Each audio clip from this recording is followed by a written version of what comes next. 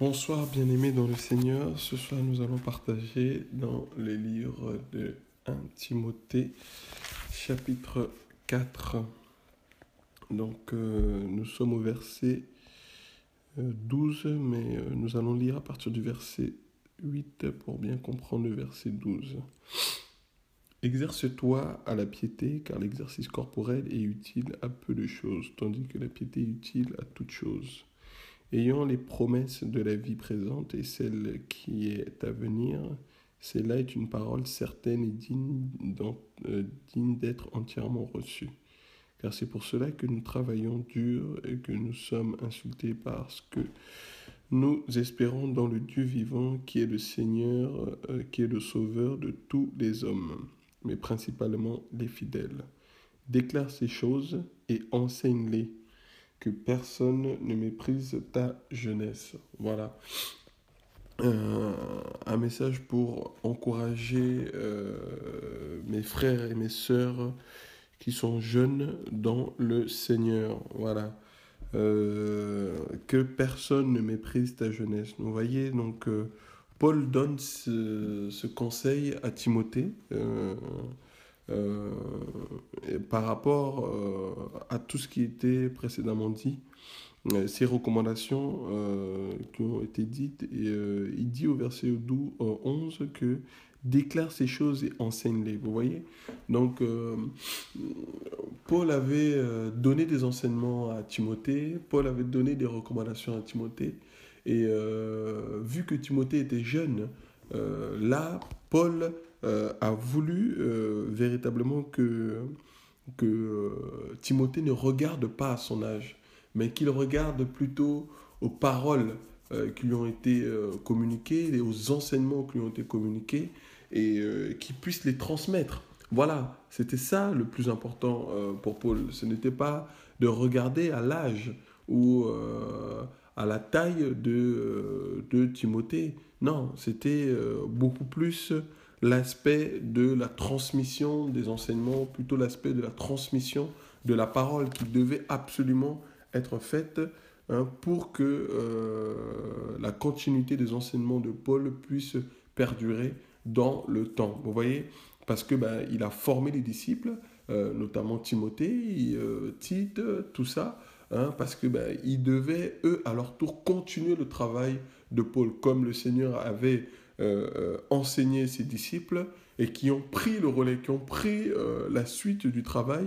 Et comme le Seigneur avait dit dans Matthieu 27, ou même, regardez, nous allons le voir, il donne cette recommandation-là avant de partir. euh, Matthieu même 28, il donne cette recommandation à ses disciples avant de partir. Il dit au verset 19, il dit allez donc et faites de toutes les nations des disciples, les baptisant dans le nom du Père, du Fils et du Saint-Esprit, et enseignez-leur à garder tout ce que je vous ai ordonné. Vous voyez. Voilà, donc c'est la même chose. C'est le maître qui parle à ses disciples, afin de continuer l'enseignement, afin de continuer ce qu'on leur a transmis. Vous voyez, d'où l'importance véritablement si nous voulons véritablement être un bon disciple, c'est de véritablement garder les enseignements qui nous ont été communiqués pour pouvoir les transmettre, vous voyez, pour que ces enseignements perdurent dans le temps. Voilà, ce n'est pas simplement d'être à côté de quelqu'un et être un perroquet, non. Vous voyez, c'est de pouvoir bien assimiler les enseignements, les recevoir, les vivre, afin de les pratiquer pour que cela devienne vie en nous, afin de les communiquer. Vous voyez, dans le temps, pour ne pas les communiquer de manière hypocrite, pour ne pas les communiquer voilà, de manière orgueilleuse, mais de les communiquer parce que c'est une vie. Les enseignements sont des enracinements que nous recevons pour pouvoir nous enraciner comme des arbres sous la terre, pour que ça prenne vie en nous, vous voyez, pour qu'on devienne solide, pour qu'on ne soit plus ballotté à tout vent de doctrine. D'où l'importance, vous voyez, de pouvoir bien assimiler les enseignements et que ces enseignements deviennent vie en nous afin de pouvoir les transmettre, afin de pouvoir les communiquer, afin de pouvoir les faire perdurer dans le temps. Et c'était l'inquiétude de Paul ici auprès de Timothée. Donc c'est pour ça qu'il déclare à Timothée au verset 11, il dit déclare ces choses et enseigne-les. Vous voyez, donc déclare ces choses et enseigne-les. Et au verset 12, que personne ne méprise ta jeunesse. Donc tu vois, c'est pas parce que tu es jeune que tu ne dois pas les enseigner. C'est pas parce que tu es jeune que tu ne dois pas les communiquer. C'est pas parce que tu es jeune que tu ne dois pas déclarer ces choses. Vous voyez? Donc Paul voulait remettre Timothée sur le chemin, remettre Timothée sur l'essentiel, remettre Timothée sur l'objectif final à atteindre, c'est-à-dire de communiquer l'enseignement afin que l'enseignement perdure. Donc Timothée ne devait pas être distrait, ne devait pas se laisser distraire par des personnes qui allaient venir lui parler de son âge, que des personnes qui allaient lui venir, mais tu es jeune, Timothée, comment peux-tu venir nous enseigner, nous qui sommes âgés, nous qui sommes peut-être, qui pouvons être tes pères, nous qui pouvons être tes grands frères, nous qui pouvons être tes mères, nous qui pouvons être tes grandes sœurs. Vous voyez? Donc, Paul voulait que l'enseignement puisse perdurer. Voilà, c'est ça l'inquiétude de Paul. Et il a voulu alerter, interpeller Timothée ici en lui disant non, Timothée, ne te laisse pas embarquer par des personnes qui viendront te dire que tu es jeune et que tu ne peux pas nous communiquer ces enseignements. Non, parce que j'ai vu en toi que tu les avais assimilés, j'ai vu en toi que tu les vivais, ces enseignements, tu les pratiquais. Alors je te recommande, je déclare que tu dois continuer à enseigner cela. Vous voyez? Donc, ne te laisse pas distraire par ces paroles. Parce que tu es jeune. Non, que personne ne méprise ta jeunesse. Tu vois? Ouais, cette parole que Paul déclare à Timothée, c'est une parole qui résonne à l'intérieur de Timothée. Que personne ne méprise ta jeunesse. Que personne ne méprise ta jeunesse. Vous voyez? Donc Timothée ne devait pas regarder à ceux de jeunesse. Vous voyez? Qu'il ne devait pas se laisser distraire par des personnes qui voulaient le faire sortir par rapport à sa jeunesse. Non, Timothée, ne regarde pas à ta jeunesse. Ne te laisse pas distraire par les personnes qui voudront te dire que tu es jeune. Non, que personne ne méprise ta jeunesse. Voilà. C'est pas parce que tu es jeune que tu dois te laisser écraser. Non. Que personne ne méprise ta jeunesse. Donc, si tu restes dans les enseignements que je te communique, si tu restes dans les paroles que je t'ai enseignées, ben, tu verras, les gens ne regarderont pas à ton âge. Les gens regarderont à l'enseignement et les gens regarderont au Seigneur. Vous voyez, bien-aimés, frères et sœurs qui êtes jeunes dans le Seigneur, vous voyez, c'est très, très important. C'est très, très important de pouvoir pratiquer la parole avant de l'enseigner, de pouvoir vivre la parole avant de l'enseigner. Vous voyez, de ne pas se précipiter, voilà, à courir pour enseigner des choses que nous ne vivons pas. Vous voyez?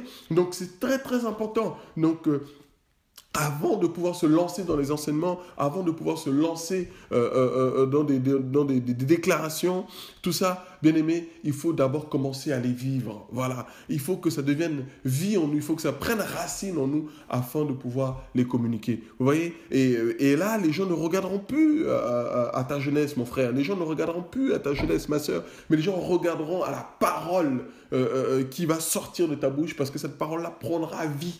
Vous voyez, va prendre vie directement en eux. Et ils vont se dire, non, je reçois l'esprit de vie à travers cette parole que tu me donnes. Pourquoi? Parce que le Seigneur Jésus nous a communiqué des paroles qui sont remplies d'esprit et de vie. Vous voyez? Et c'est pour ça que si nous avons bien gardé cette parole, si nous vivons cette parole, nous allons transmettre la vie, bien-aimés, à travers les enseignements, et les gens ne regarderont plus à ton âge, les gens ne regarderont plus à ta jeunesse, mon frère et ma soeur. Vous voyez?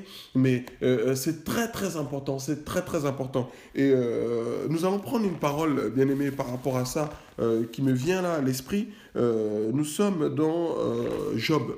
Voilà, une parole qui est très très forte dans le livre de Job que nous allons prendre ici, bien-aimés, parce que c'est très très important de ne pas se distraire, pas se laisser distraire par des hommes ou des femmes qui vont venir te dire que non, mais tu es jeune, tu ne peux pas nous enseigner la parole de Dieu, tu ne peux pas nous communiquer la parole de Dieu. Vous voyez? Donc, c'est très, très important de ne pas se laisser distraire par ces choses. C'est très, très important, mes bien-aimés.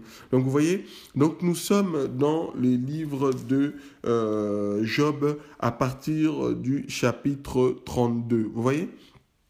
Donc, nous lisons à partir du premier verset. Et ces trois hommes cessèrent de répondre à Job parce qu'ils se croyaient un homme. Vous voyez, juste. Alors s'enflamma la colère d'Élie, fils de Barachel de Buz, de la famille de Ram. Sa colère s'enflamma contre Job parce qu'il se justifiait lui-même, puisqu'il ne justifiait Dieu.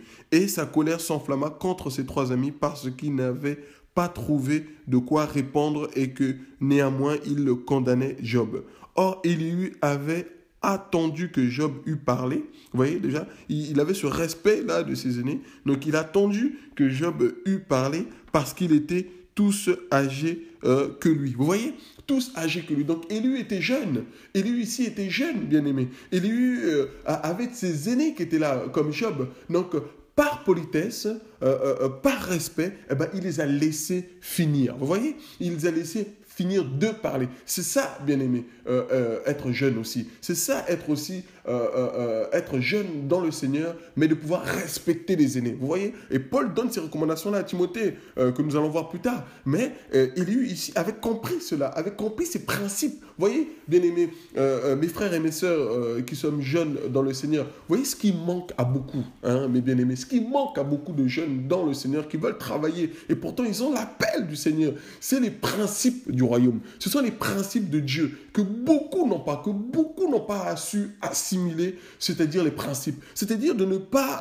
regarder un des principes qui est très simple ici que Élie va pratiquer, c'est-à-dire de laisser finir les aînés, de ne pas venir les interrompre, de ne pas venir les couper dans leur discussion. Et nous voyons aujourd'hui, bien aimés, que beaucoup, parce que des aînés veulent être tout simplement être des frères simples, vous voyez, mais à cause de cette simplicité, bien aimé, beaucoup de jeunes vont pouvoir en abuser. Beaucoup de jeunes vont manquer de respect à certains aînés. Vous voyez, à cause de cette simplicité. Et lui ici avait compris que non, je ne dois pas manquer de respect à mes aînés. Même si ici Job délirait, même si ici Job est en train de se justifier, je dois le laisser finir de parler. Je ne peux pas le couper de cette manière. Vous voyez, et la Bible précise qu'ils étaient tous, parce qu'ils étaient tous plus âgés que lui. Vous voyez, parce qu'ils étaient tous plus âgés que lui, alors Élie les a laissés finir de parler. Vous voyez, bien aimé, ça, ce sont des principes qui manquent à beaucoup de mes frères et de mes sœurs qui sont jeunes dans le Seigneur. Bien aimé, faisons attention. Les principes du royaume sont très, très, très, très, très importants. Vous voyez, pour pouvoir tenir longtemps dans le Seigneur. Et beaucoup passent à côté de ces principes et ils gâchent leur jeunesse. Ils gâchent leur jeunesse dans le Seigneur. Ils gâchent leur départ dans leur marche avec le Seigneur. Pourquoi? Parce qu'ils font trop de dégâts. Ils font trop de dégâts parce que, ils ont oublié les principes du royaume, bien aimé. Ouais? C'est pour ça que c'est important. Même si tu as l'appel, même si Dieu te communique des visions, même si Dieu te communique la parole, beaucoup de choses, des prophéties, tout ça, frères et sœurs, restez dans les principes du Seigneur. Restez dans les principes du Seigneur. En tant que jeunes, nous ne pouvons pas manquer de respect aux aînés. Bien aimé, même si cet aîné est peut-être fou, même si cet aîné est peut-être ne connaît pas la parole, bien aimé, nous devons ne pas manquer de respect. Oui. C'est très important devant Dieu, c'est très très important ces principes. David n'a pas manqué de respect à Saül parce que c'était son aîné, vous voyez. Donc, même s'il savait qu'il était consacré roi, mais bien aimé, il a attendu. Il a traité Saül avec beaucoup de respect. Avec beaucoup de respect, bien aimé, parce que déjà, Saül était un roi de Dieu. Et en plus de ça, il était son aîné. Donc, il ne pouvait pas faire n'importe quoi, bien aimé. Waouh! Oh là là là là là, bien aimé, nous allons voir toutes ces choses parce que ce sont des choses qui vont nous aider à bien grandir dans le Seigneur, qui vont nous aider à véritablement grandir de manière correcte, si je peux employer ce terme, dans le Seigneur. Parce qu'il y a trop de dégâts de la part de mes frères et de mes sœurs qui sont jeunes dans le Seigneur. Vous voyez? Voilà, donc Élie dit ici tout simplement, donc nous revenons au verset 4. Or, Élie avait attendu, vous voyez, Élie avait attendu que Job eût parlé, parce qu'ils étaient tous plus âgés que lui. Mais Élie, voyant qu'il n'y avait aucune réponse dans la bouche de ces trois hommes, sa colère s'enflamma. C'est pourquoi Élie, fils de Barachel de Buz, répondit en disant, moi, je suis jeune. Waouh, bien aimé. Vous voyez? Il n'a pas honte, il ne s'est pas caché. Comme Paul avait dit à Timothée que personne ne méprise ta jeunesse. Il n'a pas eu honte de sa jeunesse. Il l'a même proclamé, il a même déclaré. Il dit, moi, je suis jeune. Oui, bien-aimé, moi, je suis jeune. Et lui ici prend la parole, bien-aimé, prend la parole et il n'a pas peur. Il dit qu'il est jeune, malgré devant ses aînés. Pourquoi? Parce que, de respect vis-à-vis d'eux, vous voyez. Il ne s'est pas positionné, voyez, je suis jeune, donc comme la Bible dit que personne ne méprise ta jeunesse, donc je vais maintenant jouer le grand auprès des grands. Non, bien-aimé, non, non, non, non, non, non, non. Les choses ne se passent pas ainsi. Tu es jeune, donc il y a des aînés, donc vous voyez, donc il faut les respecter, vous voyez, bien-aimé. Et là, comme ça s'appelle, et lui, l'a proclamé, l'a dit, oui, moi je suis jeune, et vous êtes fort vieux, c'est pourquoi j'ai eu peur, et je craignais de vous dire mon avis. Je disais en moi-même, les jours parleront et le grand nombre des années fera connaître la sagesse. En vérité, il y a un esprit dans l'homme, mais c'est l'inspiration du Tout-Puissant qui le rend intelligent. Vous voyez, bien-aimé, il dit qu'il y a un esprit dans l'homme, mais c'est l'inspiration, c'est-à-dire c'est le souffle, c'est-à-dire l'esprit de Dieu, en fait, l'esprit de Tout-Puissant qui le rend intelligent. Waouh, bien-aimé. Vous voyez ce discours, bien-aimé? C'est un discours terrible que Élie, qui est jeune, va proclamer ici, va déclarer ici, bien-aimé. Vous voyez? Il veut dire tout simplement que il y a un homme, vous voyez? Il y a un esprit dans l'homme, mais c'est l'inspiration du Tout-Puissant qui le rend intelligent. Tout simplement pour dire que, la sagesse, l'intelligence ne te trouve pas forcément dans l'âge, mais c'est l'esprit du Tout-Puissant, l'inspiration ou encore l'inspiration du Tout-Puissant qui nous aide, qui nous rend intelligents. Vous voyez, bien aimé, c'était important. Si vous avez le temps, lisez vraiment tout Job 32 et vous comprendrez beaucoup de choses par rapport au discours de Élie. Vous voyez, bien aimé?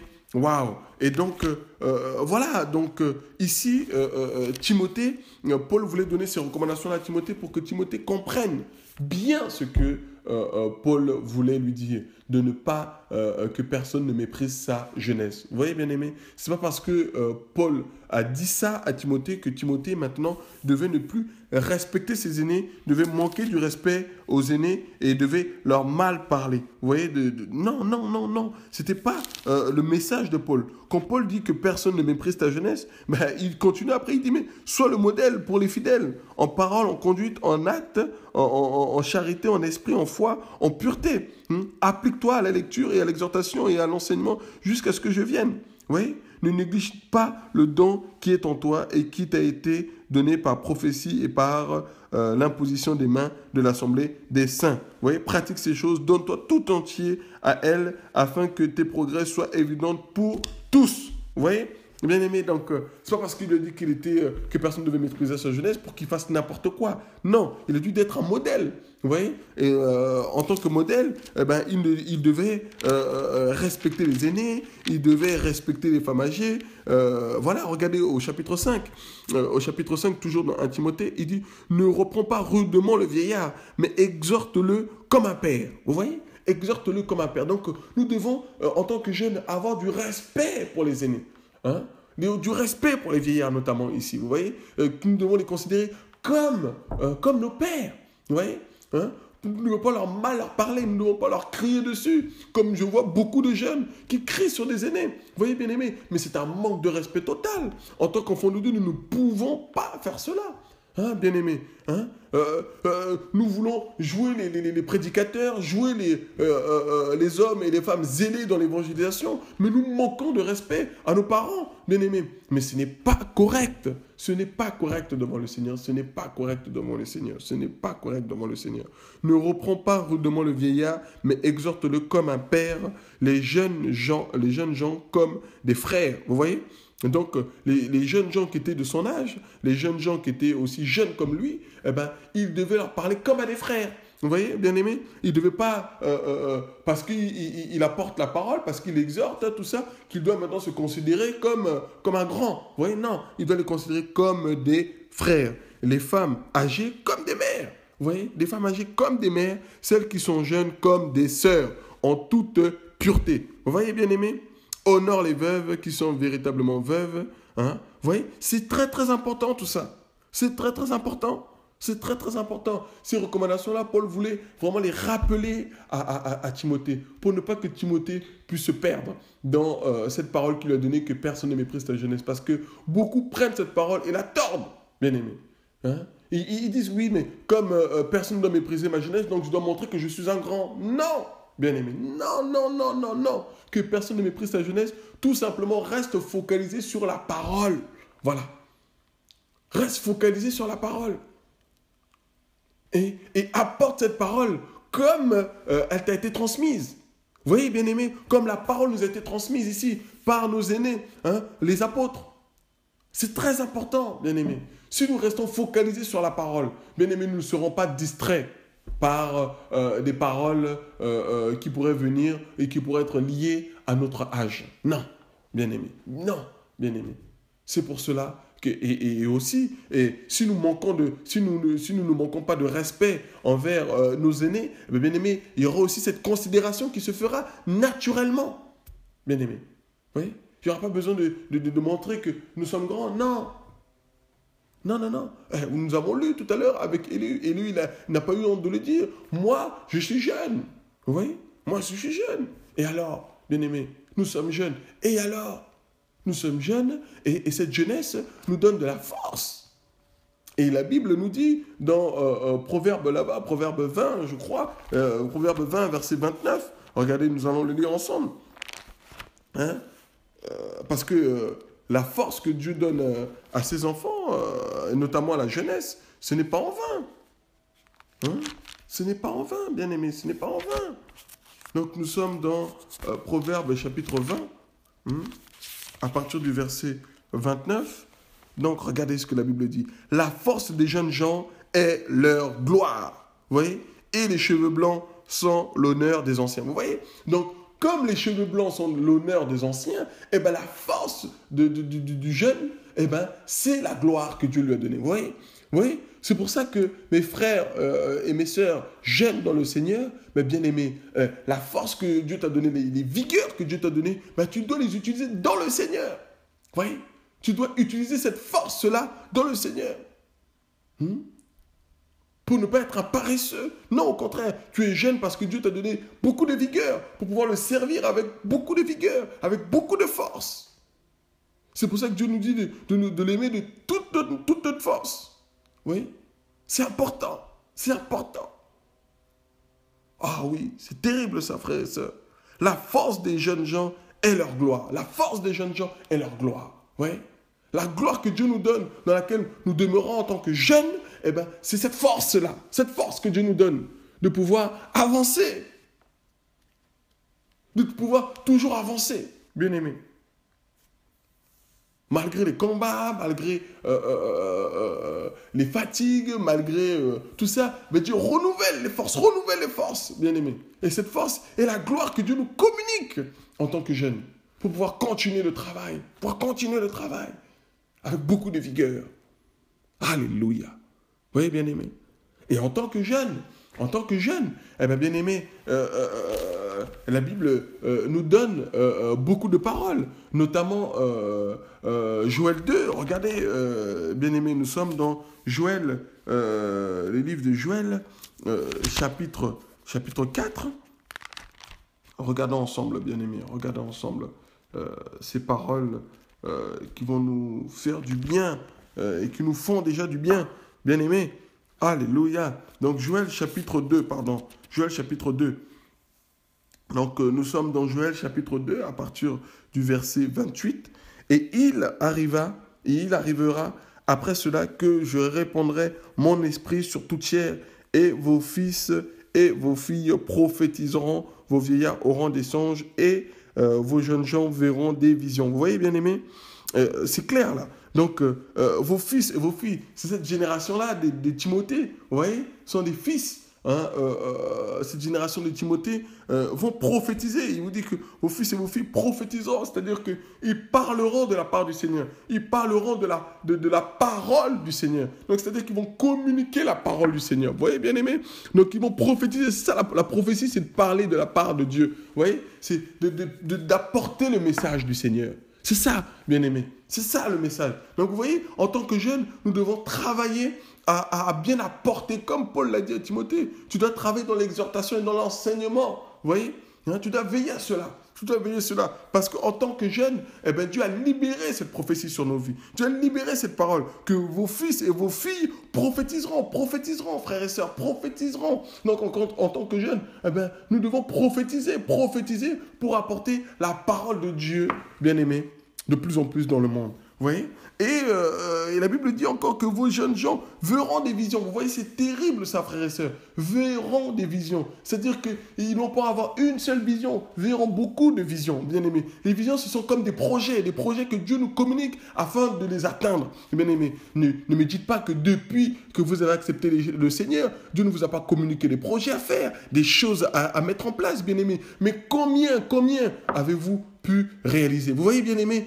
on se remet en question et on se dit que non, le temps est passé rapidement et Dieu nous a communiqué des projets. Vous voyez, bien-aimés, donc Dieu nous communique beaucoup de visions, beaucoup de projets à mettre en place. Vous voyez, et Dieu nous communique aussi la force pour pouvoir les réaliser. C'est pour ça que la force que Dieu nous donne est une gloire pour pouvoir réaliser, parce que sans la gloire de Dieu, nous ne pouvons pas travailler. Nous travaillons dans la gloire de Dieu, bien-aimés. En tant que frères et sœurs, nous devons, en tant qu'enfants de Dieu, nous travaillons dans la gloire de Dieu. Sans la gloire de Dieu, frère, nous ne pouvons pas travailler.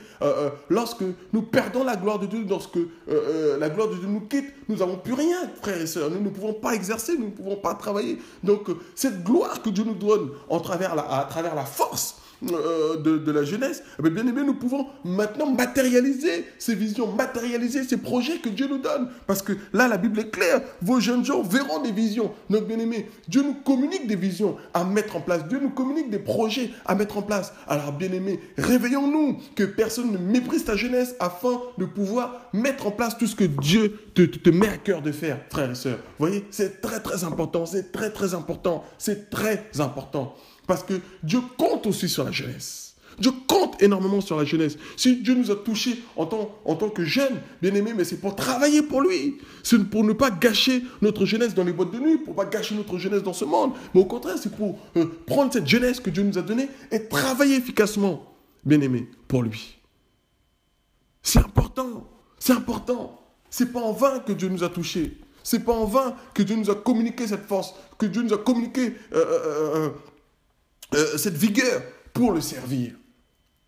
Vous voyez, bien-aimés, c'est très, très important. C'est très important. Vos jeunes gens verront des visions, bien-aimés. Et je suis sûr et certain que beaucoup reçoivent des visions. Que beaucoup reçoivent des visions, bien-aimés. Beaucoup reçoivent des visions, mais très peu font appel à la force que Dieu nous a donnée comme une gloire pour pouvoir les matérialiser et les réaliser. Bien-aimés, ah oui, c'est important. C'est pour ça que, regardez ce que Paul dit à Timothée. Oh, waouh. Et cette parole-là que Paul dit à Timothée, bien-aimé, qui est forte. Vous voyez? Regardez dans 1 Timothée 2 là-bas, il dit, je t'exhorte donc, avant toute chose, vous voyez, bien-aimé, avant toute chose, avant de pouvoir matérialiser ou de se lancer dans des projets ou de faire toute chose, vous voyez, bien-aimé, Paul exhorte ici Timothée, vous voyez, il dit, je t'exhorte donc avant toute chose, avant de mettre des choses en place, avant de faire des choses, hein, qu'est-ce que tu dois faire en premier? Je t'exhorte donc, avant toute chose, à faire des requêtes, vous voyez, à faire des requêtes, des prières, des supplications, et des actions de grâce pour tous les hommes. Vous voyez?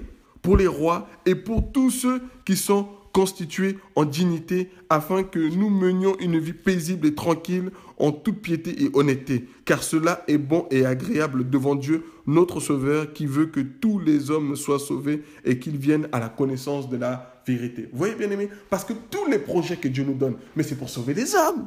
Il ne faut pas l'oublier. Hein? L'objectif de Dieu, c'est de pouvoir sauver les hommes de ce monde, c'est de pouvoir sauver les hommes des ténèbres. Vous voyez, bien-aimés? Donc, c'est très, très important. C'est très important de revenir à cela.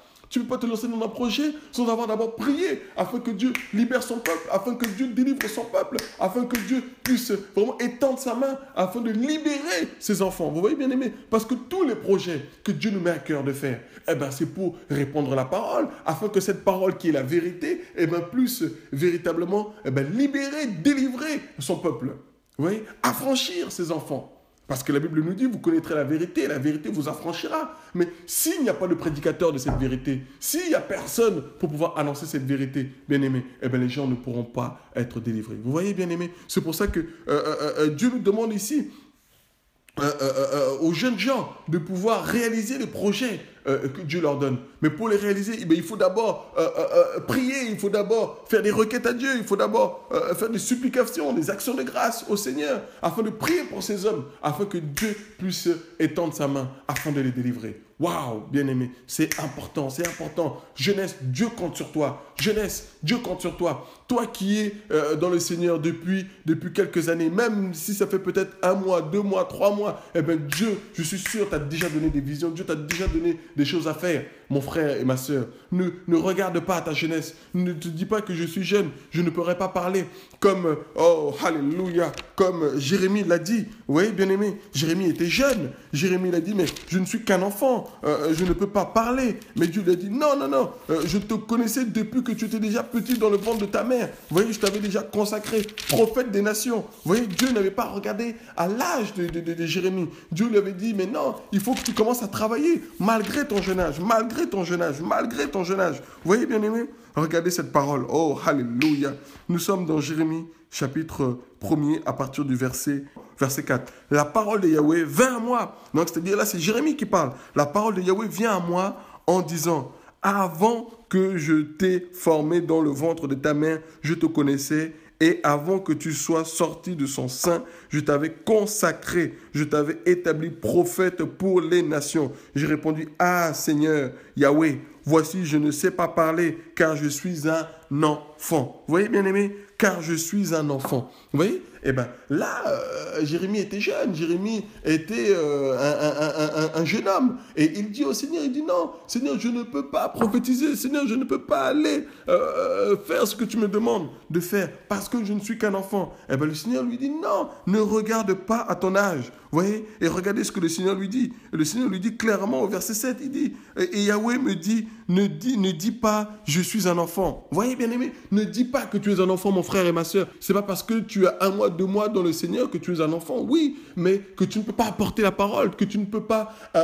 dire ce que Dieu te demande de dire. Vous voyez, bien-aimé, c'est ça ce que Dieu a dit à Jérémie ici. Il dit non, ne dis pas que tu es un enfant. Ne dis pas que tu es un enfant. Car tu iras partout où je t'enverrai et tu diras tout ce que je t'ordonnerai. Vous voyez, bien-aimé? Donc, non, il faut que tu dises ce que Dieu te dit de dire. C'est important que tu aies 1 mois, 2 mois, 3 mois, 4 mois, peut-être même 1 an dans le Seigneur. Et bien, bien-aimé, tu dois dire ce que Dieu te demande de dire. Et tu dois aller là où Dieu te demande d'aller. C'est très, très important pour bien commencer avec le Seigneur. C'est très important, mes frères et sœurs. C'est très important, frères et sœurs. Vous voyez?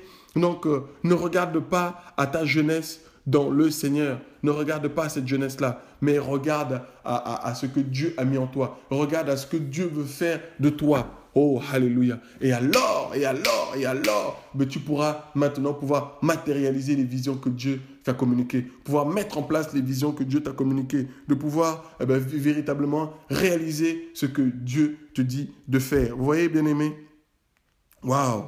Ne crains pas de montrer, ne crains pas de te montrer devant eux, car je suis avec toi pour te délivrer, dit Yahweh. Vous voyez, bien-aimé, c'est pas parce que tu es jeune que Dieu ne marche pas à tes côtés. Dieu dit ici à Jérémie que ne crains pas, mon frère et ma soeur, parce que tu es jeune, parce que Dieu marche avec toi. La Bible nous dit que, Jésus nous dit que je serai avec vous jusqu'à la fin du monde, je ne vous délaisserai point et je ne vous abandonnerai point. Cette parole est certaine, frères et sœurs, que Dieu ne nous abandonnera point et Dieu ne nous délaissera point. Alléluia. C'est pour cela, mes frères et mes sœurs, que je voulais nous encourager rapidement par cette exhortation pour que, en tant que jeunes, nous ne puissions pas laisser la jeunesse du Seigneur venir nous distraire pour ne pas faire ce que Dieu nous demande de faire, mais véritablement être à l'écoute de la voix du Seigneur et de l'obéir. Alléluia. Donc je vous encourage, mes frères et sœurs, bon courage dans le Seigneur et que toute la gloire revienne à notre Seigneur Jésus. Amen.